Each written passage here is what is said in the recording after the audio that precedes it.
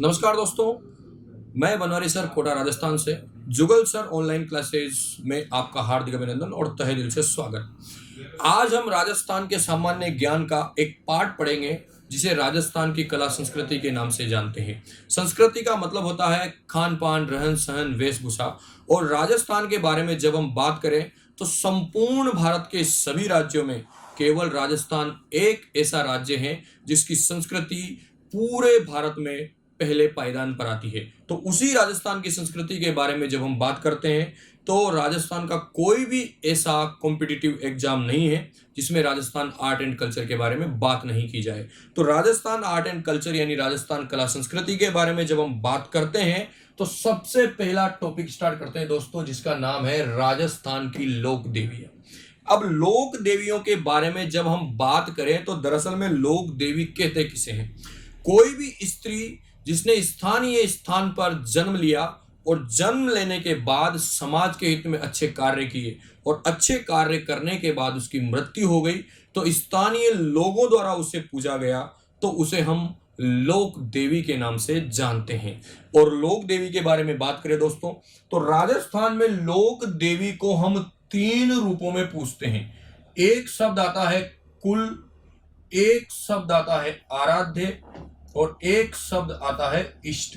यहां पर आराध्य और इष्ट के बारे में बात करें तो ये एक ही मानी गई है, लेकिन कुछ विद्वानों के अनुसार इन्हें थोड़ा सा अलग माना जा सकता है। जैसे यहां पर बात करें हम तो कुल देवी का मतलब होता है दोस्तों कि जो स्त्री जिस जाति विशेष में पैदा हुई है, जिस कुल में पैदा हुई है, तो वो उसकी कुल देवी लगी।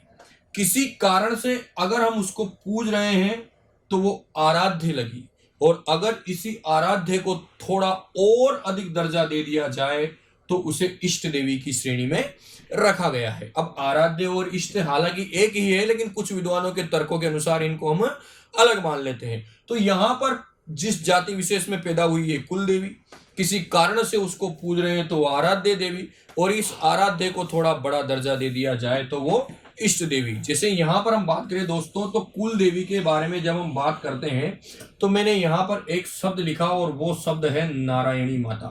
और नारायणी माता के बारे में बात करें दोस्तों तो नारायणी माता जो है इनका मंदिर राजस्थान में अलवर जिले में राजगढ़ में है। और नारायणी माता जो है ये सेन या नाई समाज की कुल देवी है। अब सेन या नाई समाज की कुल देवी क्यों है? क्योंकि ये सेन या नाई समाज में पैदा हुई थी।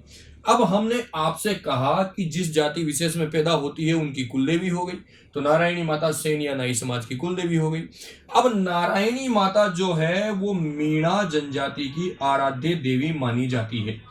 अब बात करें भाई आराध्य देवी क्यों मानी जाती है? ऐसा कहते हैं कि नारायणी माता जो है इनके पति के साथ ससुराल जा रही थी और रास्ते में इनके पति को सांप ने डस लिया था और इनके पति की मृत्यु हो गई थी, और संध्या काल का समय होने जा रहा था और उस समय हमारे भारत में सती प्रथा का प्रचलन था।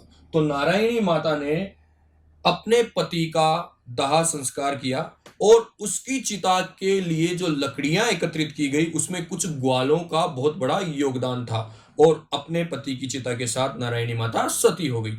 अब नारायणी माता जब सती होने लगी तो उन ग्वालों से पूछा गया कि तुम्हारे क्षेत्र विशेष में कोई समस्या हो तो बताएं। तो मीणा जनजाति के ग्वालों ने कहा कि मां हमारे क्षेत्र में भीषण अकाल पड़ता है और बारिश की समस्या हमेशा के लिए रहती है, तो कुछ समाधान हो सके तो बताओ। तो माता ने बोला कि जैसे ही ये चिता ढंग से जलने लग जाए एक जलती हुई लकड़ी उठाना और सीधे भागना, पीछे मुड़कर मत देखना। तो मीणा जनजाति के ग्वाले ने लकड़ी उठाई और सीधा भागा, लेकिन उसे विश्वास नहीं हुआ कि शायद ये स्त्री हमसे झूठ बोल रही है। तो 2 किलोमीटर के क्षेत्र में जाने के बाद उसने पीछे पलट कर देखा तो जो पानी का धोरा बहता हुआ आ रहा था वो वहीं पर बंद हो गया। तो दोस्तों मीणा जनजाति के लिए समस्या का समाधान किया, तो किसी कारण विशेष से मीणा जनजाति के लोग पूज रहे हैं तो ये मीणा जनजाति की क्या हो गई? आराध्य देवी हो गई। इष्ट के बारे में बात करें तो इष्ट को भी यही माना गया है, लेकिन विद्वानों के अनुसार तर्क अलग है। अब हमने कहा कि राजस्थान में जब हम लोक देवियों के बारे में बात करते हैं दोस्तों तो राजस्थान में 33 जिले हैं। और उन 33 जिलों की लोक देवियों को हमको पढ़ना है। तो उन लोक देवियों को पढ़ने के लिए हमने राजस्थान में जो संभागीय प्रणाली है उसके बारे में जब हम बात करते हैं दोस्तों, तो उन लोक देवियों को हम राजस्थान के संभाग के अनुसार पढ़ते हैं। हमारे राजस्थान में 33 जिले हैं जिन्हें 7 संभागों में विभाजित किया गया है। तो सबसे पहले जब हम बात करते हैं तो राजस्थान में लोक देवियां हम पढ़ते हैं दोस्तों कोटा संभाग। कौन से संभाग की बात करते हैं? कोटा संभाग। तो कोटा संभाग की लोक देवियों के बारे में बात करें तो मैंने यहां पर लिख दिया दोस्तों कोटा। अब कोटा के बारे में बात करें तो हमारे कोटा संभाग में 4 जिले हैं, कोटा, बूंदी, बारां और झालावाड़। तो सबसे पहले यहां पर मैंने एक शब्द लिखा और वो है दोस्तों झालावाड़। अब झालावाड़ के बारे में हम बात करते हैं तो झालावाड़ में कोई विशेष रूप से ज्यादा लोक देवियां नहीं है। यहां पर केवल एक लोक देवी का मंदिर है जिन्हें हम राता देवी के नाम से जानते हैं। राता देवी के बारे में बात करें दोस्तों तो जैसे ही हम झालावाड़ जिले का नाम लेते हैं तो राजस्थान में झालावाड़ एक ऐसा जिला है जो मुकुंदरा की पहाड़ियों से सुशोभित है और राजस्थान का एकमात्र प्रमाणित जलदुर्ग जो गागरोन है वो झालावाड़ में है। और गागरोन में जिस वंश के शासक रहते थे वो थे खींची राजपूत, और उन्हीं खींची राजपूतों में एक स्त्री ने जन्म लिया जिसे हम राता देवी के नाम से जानते हैं। यानी हमसे कहा जाए कि राता देवी किस वंश की कुल देवी है तो हमने कहा कि ये राजस्थान में खींची शासकों की कुल देवी मानी गई है। यानी ये खींची राजपूतों की कुल देवी मानी जाती है। कौन सी लोक देवी है? राता देवी। अब आगे बात करें तो कोटा संभाग में 4 जिलों की बात कर रहे हैं, कोटा, बूंदी, बारां, झालावाड़। झालावाड़ में केवल एकमात्र लोक देवी है राता देवी जो खींची शासकों की कुल देवी मानी गई है। अब इसी कोटा संभाग में जब हम बात करते हैं आगे तो दूसरे नंबर पर जिला आता है मेरे दोस्तों बारां। अब बारां के बारे में हम बात करते हैं तो बारां में 2 प्रसिद्ध लोक देवियों का उल्लेख मिलता है। पहली जो लोक देवी हमारे बारां में आती है उनके बारे में जब हम बात करें तो यहां पर एक नाम आता है दोस्तों किसनाई माता। और किसनाई माता के बारे में बात करें तो किसनाई माता नाम क्या है लोगों ने काफी कम सुना है। एक नाम जो है वो अधिक प्रचलन में है और वो है रामगढ़ की माता जी। दरअसल में क्या है, रामगढ़ माता जी का गांव है और उस गांव में होने के कारण इन्हें रामगढ़ की माता जी के नाम से जाना जाता है और वो ज्यादा उल्लेख में आ गया। तो किसनाई माता जो है जिस क्षेत्र विशेष में है उस जगह का नाम है दोस्तों रामगढ़। अब आगे बात करें तो किसनाई माता जो है इनका मंदिर बारां में कहां पर है? रामगढ़ में। अब बात करते हैं राजस्थान में किसनाई माता के बारे में। तो हमारे हाड़ौती के शासकों में एक शासक का उल्लेख आता है जिनका नाम है दोस्तों मुकुंद सिंह, और एक और व्यक्ति का उल्लेख आता है जिनका नाम था शत्रुसाल हाड़ा, और एक और शासक आता है जिसका नाम है झाला जालिम सिंह।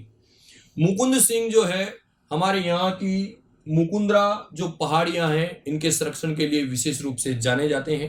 और बात करें यहाँ पर तो झाला जालिम सिंह एक शासक हुए हैं, और झाला जालिम सिंह के बाद में बात करें तो जयपुर के एक शासक हुए हैं सवाई माधो सिंह, और सवाई माधो सिंह से झाला जालिम सिंह को युद्ध करना था और झाला जालिम सिंह किसनाई माता के भक्त थे। तो झाला जालिम सिंह को किसनाई माता ने सपने में दर्शन दिए और दर्शन दे करके उनसे कहा कि झाला जालिम सिंह आपको सवाई माधो सिंह के साथ युद्ध करना है, तो युद्ध करने के लिए आप उनके जयपुर वाले क्षेत्र में मत जाइए, उनको युद्ध करने के लिए हमारे हाड़ौती अंचल में बुलाइए। तो बारां जिले में मांगरोल तहसील में भटवाड़ा नामक एक स्थान है और उस स्थान पर दोनों के बीच भीषण युद्ध हुआ और उसमें जो हमारे सवाई माधो सिंह पराजित हुआ और झाला जालिम सिंह की जीत हुई। तो झाला जालिम सिंह ने किसनाई माता के मंदिर परिसर में 751 सीढ़ियों का निर्माण करवाया था। कितनी सीढ़ियों का निर्माण करवाया था? 751 सीढ़ियों का निर्माण करवाया था। अब आगे और बात करें दोस्तों तो जब बूंदी की बात करते हैं तो बूंदी में इंद्रगढ़ नामक एक स्थान है जहां बीजासण माता का उल्लेख आता है, और ये जो किसनाई माता है ये बीजासण माता की छोटी बहन मानी जाती है। तो यहां पर हमने लिख दिया बीजासण माता की बहन। कौन सी लोक देवी है ये? किसनाई माता। अब आगे बात करें तो यहां पर दूसरे नंबर पर 12 जिले में एक नाम आता है और वो है ब्रह्माणी माता। और ब्रह्माणी माता के बारे में जब हम बात करें तो ब्रह्माणी माता का मंदिर अंता के समीप एक स्थान पर है जिसे हम सोरसन के नाम से जानते हैं। यानी ब्रह्माणी माता जो है इनका मंदिर सोरसन में है। अब ब्रह्माणी माता के बारे में बात करें दोस्तों तो हमारे संपूर्ण भारत में एकमात्र लोक देवी है जिनकी पीठ की पूजा होती है। हर देवी देवता के बारे में बात करें तो किसी की चेहरे की पूजा होती है, किसी के पेट की पूजा होती है, लेकिन यहां पर लोक देवी के बारे में बात करें तो पीठ की पूजा होती है। अब पीठ की पूजा होती है तो यहां पर हमने एक लाइन लिखी दोस्तों, पीठ की पूजा की जाती है। अब आगे बात करते हैं कि भाई पीठ की पूजा क्यों की जाती है, पीठ की पूजा की जाती है। अब ऐसा कहते हैं कि सोरसन के समीप मानपुरा नामक एक स्थान है, वहां के जागीरदार को ब्रह्माणी माता ने दर्शन दिए थे और बाद में कोई विवाद के कारण ब्रह्माणी माता जो है उनके दर्शन करके जो जागीरदार थे वो यात्रा पर चले गए और उनसे कहकर गए कि माता आप इसी स्थान पर रुकना, हम वापस आएंगे। लेकिन वो वापस नहीं आए। तो वो जाते समय पीठ के दर्शन करके गए थे। तो सोरसन में एक विशाल मंदिर बनवाया गया और वर्तमान समय में वहां पर पीठ की पूजा की जाती है। हालांकि आप कभी वहां पर दर्शन करने के लिए जाएंगे तो वहां पर जो शिला है उस पे आंखें बनाई गई है। तो दोस्तों वो जो आंखें बनाई गई है वो पीठ पर ही बनाई गई है। तो राजस्थान की एकमात्र लोक देवी है जहां पर पीठ की पूजा की जाती है। कौन सी माता है वो? ब्रह्माणी माता। मंदिर कहां पर है? सोरसन। और इसी सोरसन के बारे में बात करें तो राजस्थान में जैसे ही आपसे कभी प्रश्न पूछा जाता है कि राजस्थान में गधों का मेला कहाँ आयोजित होता है, तो दोस्तों आप सबको पता है कि राजस्थान में जैसे ही गधों के मेले के बारे में बात करते हैं तो हम जयपुर चले जाते हैं।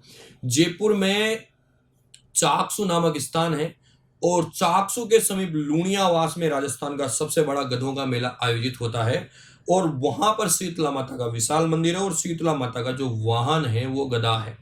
तो वहां गधों का विशाल मेला आयोजित होता है। जैसे ही बात करते हैं गधों के मेले की तो आपके जहन में विचार आ जाएगा कि गधों का मेला कहाँ लगता था। आप बिल्कुल आसानी से बता देंगे जयपुर। लेकिन राजस्थान में दूसरा गधों का मेला कहाँ लगता है तो दोस्तों वो सोरसन में आयोजित होता है और राजस्थान का दूसरा लूणियावास इस सोरसन नामक स्थान को कहा जाता है। यानी यहां पर हमने एक लाइन और लिख दी, राजस्थान का दूसरा लूणियावास। तो यहां पर हमने कहा कि राजस्थान का दूसरा लूणियावास जिस स्थान को कहा जाता है वो कौन सा है दोस्तों? तो वो है सोरसन 12। और लोक देवी के संदर्भ में बात करें तो ब्रह्माणी माता। इसी सोरसन के बारे में जब हम आगे और बात करें तो ये सोरसन एक पर्यटन स्थल भी है। हमारे राजस्थान का जो राज्य पक्षी है उसका नाम है दोस्तों गोडाउन। गोडाउन का वैज्ञानिक नाम कैरियोप्सिस नाइग्रिसेप्स है। अंग्रेजी में उसको ग्रेट इंडियन बस्टर्ड के नाम से जानते हैं। स्थानीय भाषा में उसे माल मोरडी या शर्मिला पक्षी भी कहते हैं। और हमारे राजस्थान में राज्य पक्षी गोडाउन 3 स्थानों पर मिलता है। एक स्थान है मरू राष्ट्रीय उद्यान जैसलमेर, दूसरा स्थान है सांकलिया गांव अजमेर और तीसरा स्थान है सोरसन 12। यानी इस सोरसन के बारे में बात करें तो यहां पर हमने एक लाइन और लिख दी दोस्तों, राज्य पक्षी गोडावन भी मिलता है। तो यहां पर हमने लिख दिया राज्य पक्षी गोडावन भी मिलता है। किस लोक देवी के बारे में बात कर रहे हैं हम? राजस्थान में अंता के समीप सोरसन नामक स्थान पर ब्रह्माणी माता। तो कोटा संभाग के बारे में हम बात करते हैं तो 4 जिले बताए, कोटा, बूंदी, बारां, झालावाड़, जिसमें से यहां पर झालावाड़ और बारां का हमने उल्लेख किया। अब आगे बात करते हैं तो अगला जो जिला आता है उसका नाम है बूंदी। बूंदी के बारे में बात करें दोस्तों तो बूंदी को राजस्थान में छोटी काशी के नाम से भी जानते हैं और राजस्थान में बूंदी के बारे में बात करें तो बूंदी को बावड़ियों के शहर के नाम से भी जानते हैं। बूंदी में जब लोक देवियों के बारे में बात करें तो कोटा संभाग की लोक देवियां चल रही है अपने पास और तीसरा जिला आता है अपने पास बूंदी। अब बूंदी के बारे में जब हम बात करें तो बूंदी में यहाँ पर सबसे पहले एक नाम आया और वो है बीजासन माता। और बीजासन माता के बारे में बात करें दोस्तों, तो बीजासन माता का जो मंदिर है वो कहाँ है? इंद्रगढ़ में। तो यहां पर हमने लिख दिया इंद्रगढ़। अब आपसे कहा गया कि कुल देवी, आराध्य देवी, इष्ट देवी। कुल देवी के बारे में बात करें तो कुल देवी तो दरअसल में केवल एक विशेष जाति विशेष रूप से पूजी जाती है, लेकिन यहां पर अगर एक से अधिक जातियां आ जाए तो आपको पता है कुल देवी का तो सवाल ही पैदा नहीं होता। एक से अधिक जातियां आ जाए तो हम क्या मानेंगे? आराध्य मानेंगे। तो यहां पर बीजासन माता के बारे में बात करें तो एक नाम आता है मीणा, एक नाम आता है गुजर और एक नाम आता है कंजर।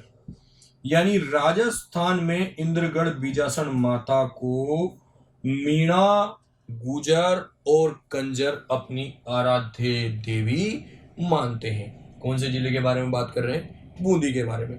अब बूंदी में दूसरे नंबर पर जब हम बात करते हैं तो एक नाम आता है दोस्तों जिनको हम बोलते हैं रक्तदंजी माता।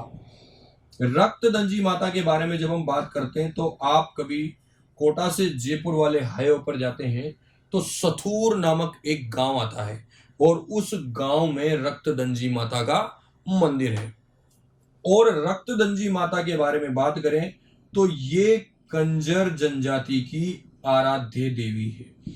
तो यहां पर हमने लिख दिया कि कौन सी जनजाति की आराध्य देवी है? ये कंजर जनजाति की। अब हमने आपसे बोला कि बीजासन माता भी कंजर जनजाति की आराध्य देवी है और रक्तदंजी माता जो है यहां पर भी कंजर जनजाति की आराध्य देवी है।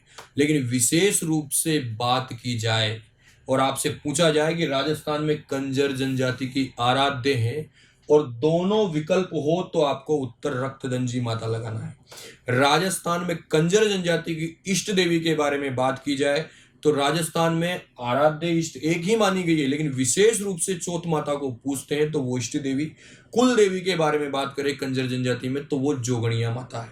तो यहां पर हमने कह दिया कि रक्तदंजी माता जो है इनका किस जनजाति की आराध्य है? ये कंजर जनजाति की आराध्य हैं। और हाड़ौती क्षेत्र के बारे में जब हम बात करते हैं तो हमारे ग्रामीण क्षेत्रों में जो प्राचीन वंशावलियां पढ़ने का कार्य करते हैं वो जागा जाति के लोग होते हैं और जागा जाति के लोगों के पास हमारे परिवार से संबंधित वंशावलियां होती है और वो वंशावलियां अधिकतम जिस गांव में मिलती है वो सथूर ही है दोस्तों, जहां पर रक्तदंजी माता का मंदिर है। अब आगे और बात करें तो तीसरे नंबर पर बूंदी में एक लोक देवी का मंदिर आता है जिन्हें हम चेना या कुशाला के नाम से जानते हैं।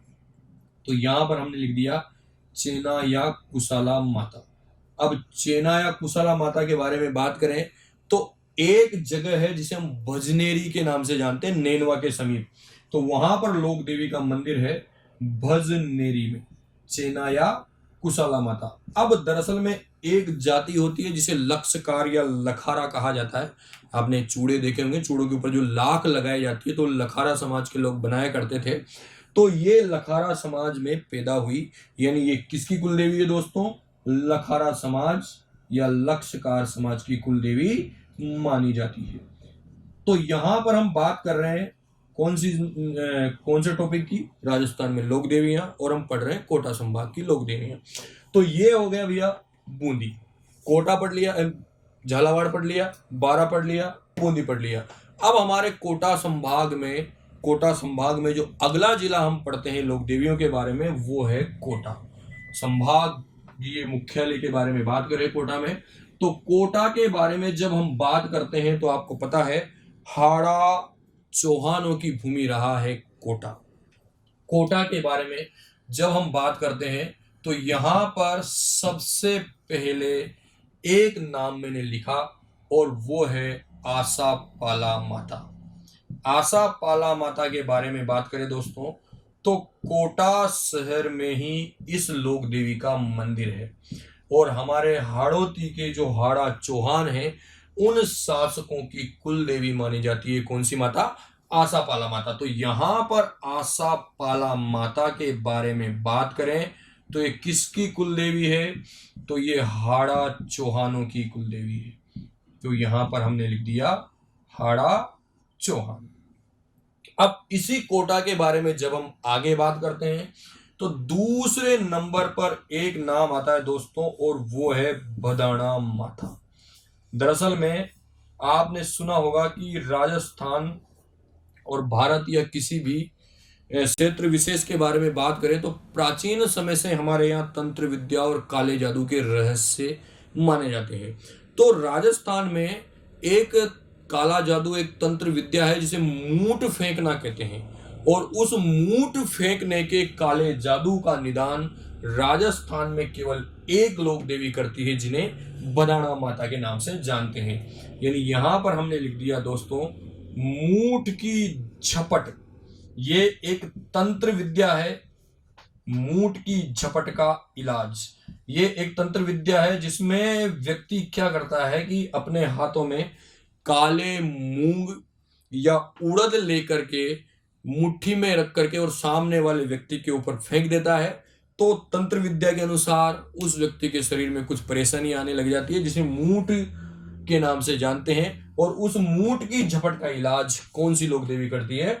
बदाना माता। अब आगे बात कर रहे हैं किसके बारे में? कोटा के बारे में। अब तीसरे नंबर पर हम यहां पर एक नाम और लिखते हैं दोस्तों, और वो है बीजासन माता। अभी बीजासन माता हमने थोड़ी देर पहले भी लिखी थी बूंदी इंद्रगढ़ में, लेकिन ये बीजासन माता कोटा में है और एक गांव में है जिस गांव का नाम गोपालपुरा है। और इस गोपालपुरा गांव के कारण इस लोक देवी को गोपालपुरा की देवी के नाम से भी जाना जाता है। अब दरअसल में एक बीमारी है जिसे आप पैरालिसिस, पक्षघात या लकवा के नाम से जानते हैं। तो राजस्थान में हाड़ौती अंचल के बारे में बात की जाए तो लकवे का इलाज जो लोक देवी करती है वो गोपालपुरा माता है, जिन्हें बीजासन माता के नाम से जाना जाता है। यानी यहां पर हमने लिख दिया लकवे का इलाज कौन सी लोक देवी करेगी? बीजासन माता। लेकिन दोस्तों एक चीज याद रखना, हमने कह दिया कि बीजासन माता लकवे का इलाज करती है, लेकिन अगर संपूर्ण राजस्थान विशेष के बारे में बात की जाए तो चित्तौड़ जिले में आवरी माता का उल्लेख आता है, जिनकी प्रसिद्धि गोपालपुरा की बीजासन माता से ज्यादा है। तो लकवे का इलाज करती है, विकल्प में दोनों आ जाए तो आवरी माता चित्तौड़ उत्तर होगा। लेकिन विशेष रूप से पूछा जाए कि हाड़ौती क्षेत्र में लकवे का इलाज करने वाली लोक देवी कौन सी है, तो बीजासन माता गोपालपुरा और आवरी माता चित्तौड़ विकल्प में नहीं है, तो हमारा उत्तर बीजासन माता तो अपने आप ही होगा। तो आगे बात करते हैं कोटा शहर के बारे में, यानी कोटा की लोक देवियों के बारे में हम बात करते हैं। आसापाला माता, बदाना माता, बीजासन माता। अब चौथे नंबर पर चलते हैं दोस्तों। तो चौथे नंबर पर यहां पर नाम आता है आलनिया माता। आलनिया एक बांध, पानी का बांध भी है, जिसके समीप माता जी का मंदिर है और इन्हें नाहर सिंगी माता के नाम से भी जाना जाता है। तो यहां पर हमने लिख दिया नाहर सिंगी माता। अब आगे बात करें तो ये किसी की कुल देवी, आराध्य देवी विशेष रूप से कोई विकल्प नहीं मिलेगा, लेकिन राजस्थान में दीवारों को स्थानीय भाषा में भीत कहते हैं और भीत पर बने हुए चित्र भित्ति चित्र कहलाते हैं। और राजस्थान में सबसे प्राचीन भित्ति चित्रों का प्रमाण किसी देवी के मंदिर परिसर में या किसी मंदिर परिसर में अगर कहीं मिलता है तो वो आलनिया माता है। यानी यहां पर हमने लिख दिया दोस्तों, राज्य में सबसे प्राचीन भित्ति चित्रों का प्रमाण मिलता है। राज्य में सबसे प्राचीन भित्ति चित्रों का प्रमाण मिलता है। तो यहां पर हमने लिख दिया राज्य में सबसे प्राचीन भित्ति चित्रों का प्रमाण मिलता है। कौन सी लोक देवी? आलनिया माता। अब आगे और बात करें तो यहां पर हम बात कर रहे हैं भैया किसके बारे में? कोटा के बारे में। कोटा संभाग की लोक देवी आप पढ़ रहे हैं, जिसमें अभी बात कर रहे हैं हम कोटा जिले की। अब पांचवें नंबर पर हम यहां पर एक नाम लिखते हैं डाढ़ देवी। ये कोटा क्षेत्र में विशेष रूप से प्रचलित है और बलियों के लिए भी जानी जाती है। यहाँ विशेष रूप से पशुओं की बलियां दी जाती थी प्राचीन समय में और वर्तमान में भी दी जाती है। तो डाढ़ देवी जो है इनके बारे में बात की जाए तो प्राचीन समय में हमारे जो घर बना करते थे वो मिट्टी और लकड़ी के बना करते थे, और मिट्टी और लकड़ी को एक जीव खाता है जिसे हम दीमक के नाम से जानते हैं। तो दीमक से रक्षा करने वाली राजस्थान में एकमात्र लोक देवी है डाढ़ देवी, जो कहाँ है, कोटा राजस्थान में। तो यहां पर हमने लिख दिया दीमक से रक्षा करती है। किससे रक्षा करती है? दीमक से रक्षा करती है। अब आगे बात कर रहे हैं हम कौन से जिले की लोक देवियों के बारे में? कोटा के बारे में। अब छठे नंबर पर मैंने यहां पर एक नाम लिखा और वो है फलोदी माता। अब दोस्तों जैसे ही फलोदी माता शब्द आता है आपका उत्तर सीधे जोधपुर जाएगा, क्योंकि फलोदी नामक स्थान जोधपुर में है। हमारे कोटा के स्थानीय जो शासक थे वो फलोदी माता को कोटा लाए थे। अब फलोदी माता विशेष रूप से प्रसिद्ध क्यों है? यहाँ रामगंज मंडी नामक एक स्थान है जहां पर गांव है एक खेराबाद। उस खेराबाद में फलोदी माता का मंदिर है। फलोदी माता का मंदिर विशेष रूप से प्रसिद्ध इसलिए है क्योंकि राजस्थान में एकमात्र लोक देवी है जहां पर 12 वर्ष में मेले का आयोजन होता है, तो वो फलोदी माता है। यानी देवी के परिसर में 12 वर्ष में एक बार मेले का आयोजन होता है। 12 वर्ष में एक बार मेले का आयोजन होता है। कौन सी लोक देवी के बारे में बात कर रहे हैं? फलोदी माता के बारे में बात कर रहे हैं। तो दोस्तों राजस्थान में लोक देवियों के बारे में हम बात कर रहे हैं और ये है कोटा संभाग की लोक देवियां। अब कोटा संभाग की लोक देवियों के बारे में हमने बात की। 12 जब आया तो 12 में हमने जो रामगढ़ की कृष्णाई माता और सोरसन की ब्रह्माणी माता उनका उल्लेख किया। 12 जिले में किशनगंज क्षेत्र में कोड़िया माता का भी उल्लेख आता है, लेकिन कोड़िया माता सहरिया जनजाति की कुल देवी है। तो जब राजस्थान में जनजातियां पढ़ेंगे तो उनके बारे में हम बात करेंगे। हमने आपसे कहा कि हम राजस्थान की लोक देवियां पढ़ रहे हैं। यहाँ पर दोस्तों मेलों का उल्लेख भी आएगा, और मेलों के बारे में बात करते हैं तो तिथियां आती है, लेकिन तिथि से संबंधित एक विशेष टॉपिक है राजस्थान में मेले, त्योहार, पंचांग, उनके अनुसार बात करेंगे तो उनका उल्लेख वहीं करेंगे, लेकिन फिर भी प्रसिद्ध मेला, प्रसिद्ध तिथि है तो उसको हम वहां पर पढ़ लेंगे। तो ये कोटा संभाग की लोक देवियां हैं। अब इस कोटा संभाग के साथ साथ एक छोटा सा संभाग हम और लेते हैं जिसका नाम है बीकानेर। और दोस्तों बीकानेर संभाग के बारे में जब हम बात करते हैं तो बीकानेर संभाग में 4 जिले हैं: बीकानेर, गंगानगर, हनुमानगढ़ और चूरू। जैसे हमारे कोटा में कितने जिले थे? 4, कोटा, बूंदी, बारां, झालावाड़। राजस्थान में 4 संभाग है दोस्तों जिनमें 4-4 जिले हैं: कोटा संभाग, अजमेर संभाग, बीकानेर संभाग, भरतपुर संभाग। एक संभाग है जिसमें 5 जिले हैं, जयपुर, और 2 संभाग है जिनमें 6 जिले हैं। कौन कौन सा? उदयपुर और जोधपुर। तो यहां पर हम बात करते हैं बीकानेर संभाग के बारे में। अब बीकानेर संभाग के बारे में जब हम बात करते हैं दोस्तों, तो आपसे कहा कि 4 जिले हैं: बीकानेर, गंगानगर, हनुमानगढ़ और चूरू। सबसे पहला नाम हमने यहां पर लिखा बीकानेर। बीकानेर के बारे में बात करें तो बीकानेर में सबसे पहले नंबर पर एक लोक देवी का उल्लेख आया जिन्हें परमेश्वरी माता के नाम से जानते हैं।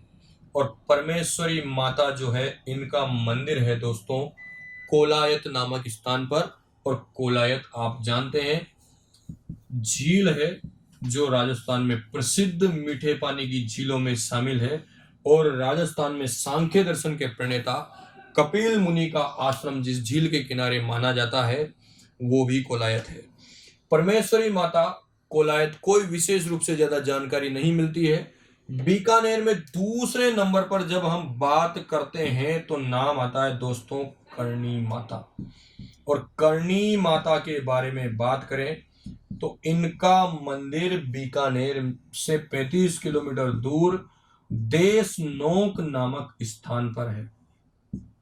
करणी माता के बारे में बात करें दोस्तों तो करणी माता जो है, इनके पिता जो है उनका नाम था मेहाजी कीनिया। मेहाजी कीनिया करणी माता के पिता माने गए हैं। और मेहाजी कीनिया जो है हिंगलाज माता के भक्त थे। तो ऐसा कहते हैं दोस्तों कि हिंगलाज माता ने आशीर्वाद स्वरूप 7वीं पुत्री के रूप में मेहाजी कीनिया के घर जन्म लिया था। और करणी माता जो है इनका मूल नाम रिदुबाई या रिदिबाई था। तो यहां पर हमने लिख दिया मूल नाम रिदुबाई। अब आगे बात करें तो ये जो करणी माता है मूल नाम रिदुबाई है, इनके पिता का नाम मेहाजी कीनिया है।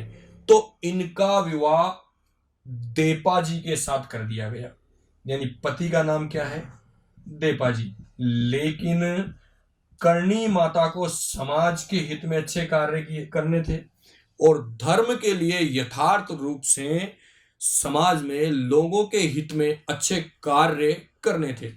तो करणी माता जो है इन्होंने देवीय स्वरूप में आकर के देपाजी को दर्शन दिए और अपनी बहन गुलाब बाई का विवाह देपाजी के साथ करवा दिया। और देपाजी और किसकी बहन, करणी माता की बहन कौन, गुलाब बाई का एक पुत्र पैदा हुआ जिसे लक्ष्मण के नाम से जानते हैं, यानी वो करणी माता का भी पुत्र ही है एक तरह से। तो इनके पुत्र का नाम लक्ष्मण था। और ऐसा कहते हैं दोस्तों कि इनका पुत्र कोलायत झील में पानी पीते समय गिर गया था और गिरकर उसकी मृत्यु हो गई थी। तो बीकानेर में जो करणी माता के भक्त है वो आज तक विशेष रूप से कोलायत झील में स्नान नहीं करते। तो यहाँ पर करणी माता का मंदिर देशनोक, पिता मेहाजी कीनिया, मूल नाम रिदुबाई, पति देपाजी और पुत्र कौन है, लक्ष्मण।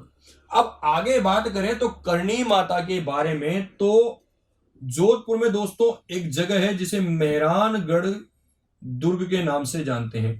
आपने सुना होगा राजस्थान में मेहरानगढ़ जो है जोधपुर में है, राव जोधा ने जिसका निर्माण करवाया था।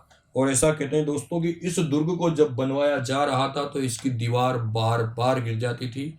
कुछ विद्वानों के अनुसार किंवदंतियां हैं कि यहाँ पर एक नारसिंह भोमिया नामक व्यक्ति जो है उसकी बलि भी दी गई थी। लेकिन वास्तविक रूप से मेहरानगढ़ दुर्ग की नींव जिस लोक देवी ने रखी थी वो करणी माता थी। यानी यहां पर हमने बात की आगे तो मेहरानगढ़ दुर्ग की नींव रखी, किसने रखी, करणी माता ने। अब आगे बात करते हैं मेहरानगढ़ दुर्ग की नींव रखने वाली लोक देवी कौन सी है, करणी माता। दरअसल में आपसे बोला जाए कि राजस्थान में राठौड़ों की कुल देवी कौन सी है तो विशेष रूप से नागणेची माता उत्तर होगा। नागणेची माता का मंदिर जोधपुर में है। लेकिन बीकानेर के बारे में बात करें तो बीकानेर के राठौड़ों की कुल देवी की बात करें दोस्तों तो फिर करणी माता का उल्लेख आता है। लेकिन आपको पता है कि जो बीकानेर का संस्थापक, जो बीकानेर को बसाने वाला राव बीका था वो जोधपुर के राव जोधा का ही पुत्र था, 1488 में जिसने बीकानेर की स्थापना की थी। यानी मूल रूप से करणी माता भी उनकी लोक देवी हुई। तो मेहरानगढ़ दुर्ग के बारे में जब बात करते हैं तो मेहरानगढ़ दुर्ग की नींव रखने वाली लोक देवी भी कौन सी है, करणी माता। अब करणी माता जो है इनके बारे में बात करें तो इनके उपनाम आते हैं। उपनाम के बारे में जब हम बात करते हैं तो सबसे पहली बात हमने आपको बताया था कि ये हिंगलाज माता के आशीर्वाद से, यानी विशेष रूप से हिंगलाज माता का अवतार भी मानी गई है। कौन सी लोक देवी, करणी माता। तो यहां पर हमने लिख दिया हिंगलाज माता का अवतार। तो हिंगलाज माता का अवतार कौन सी लोक देवी है दोस्तों, करणी माता। आगे और बात करें तो इनको जोग माया के नाम से भी जानते हैं। कौन सी माया, जोग माया के नाम से भी जानते हैं। आगे और बात करें तो इन्हें चूहों वाली देवी के नाम से भी जानते हैं। कौन सी लोक देवी के नाम से, चूहों वाली देवी के नाम से भी जानते हैं। अब चूहों वाली देवी के नाम से क्यों जानते हैं, क्योंकि मंदिर परिसर में सफेद रंग के चूहे मिलते हैं जिन्हें हम काबा के नाम से जानते हैं। और चारण जाति के लोग कहते हैं कि ये जो चूहे हैं ये हमारे पूर्वज रहे हैं। क्या रहे हैं? पूर्वज, इसलिए इनको चूहों वाली देवी के नाम से भी जाना जाता है। तो यहां पर बात कर रहे हैं हम किसके बारे में? करणी माता के बारे में। अब करणी माता के बारे में आगे बात करते हैं दोस्तों। तो करणी माता के बारे में मैंने कहा कि करणी माता का जो मंदिर है वो मठ कहलाता है। क्या कहलाता है? मठ। यानी यहां पर हमने लिख दिया देवी का मंदिर मठ कहलाता है। तो यहां पर लिख दिया हमने देवी का मंदिर मठ कहलाता है। अब आगे और बात करते हैं करणी माता के बारे में। तो करणी माता के मंदिर का जो वर्तमान स्वरूप है वो बीकानेर के एक शासक ने तैयार करवाया था, जिनको हम गंगा सिंह के नाम से जानते हैं। यानी यहां पर हमने लिख दिया देवी के मंदिर का वर्तमान स्वरूप, देवी के मंदिर का वर्तमान स्वरूप गंगा सिंह ने बनवाया था या गंगा सिंह ने तैयार करवाया था। कौन सी लोक देवी के बारे में बात करें दोस्तों? करणी माता के बारे में गंगा सिंह ने बनवाया था। अब आगे और बात करें किसके बारे में? करणी माता के बारे में। तो यहां पर हमने कह दिया कि देवी का मंदिर क्या कहलाता है? मठ कहलाता है। देवी के मंदिर का वर्तमान स्वरूप किसने बनवाया था? गंगा सिंह ने बनवाया था। अब बीकानेर संभाग के बारे में बात करें तो हमने पहला जिला लिखा बीकानेर। आगे 3 जिलों की बात हो रही है, गंगानगर, हनुमानगढ़ और चूरू। तो यहां पर जब हम आगे बात करते हैं तो बीकानेर संभाग का अगला जिला आता है गंगानगर, जहां पर विशेष रूप से किसी लोक देवी का उल्लेख नहीं मिलता। फिर इसके बाद आगे बात करते हैं तो एक और जिला आता है चूरू। चूरू में भी किसी लोक देवी का उल्लेख नहीं मिलता, लेकिन हनुमानगढ़ में एक लोक देवी का उल्लेख मिलता है जिन्हें हम भद्रकाली के नाम से जानते हैं। तो यहां पर हमने लिख दिया दोस्तों हनुमानगढ़। और हनुमानगढ़ के बारे में बात करते हैं तो हनुमानगढ़ में एक लोक देवी है जिन्हें हम भद्रकाली माता के नाम से जानते हैं। तो ये बीकानेर संभाग और कोटा संभाग की लोक देवियां हैं। तो दोस्तों ये राजस्थान की संस्कृति के बारे में हम बात कर रहे हैं।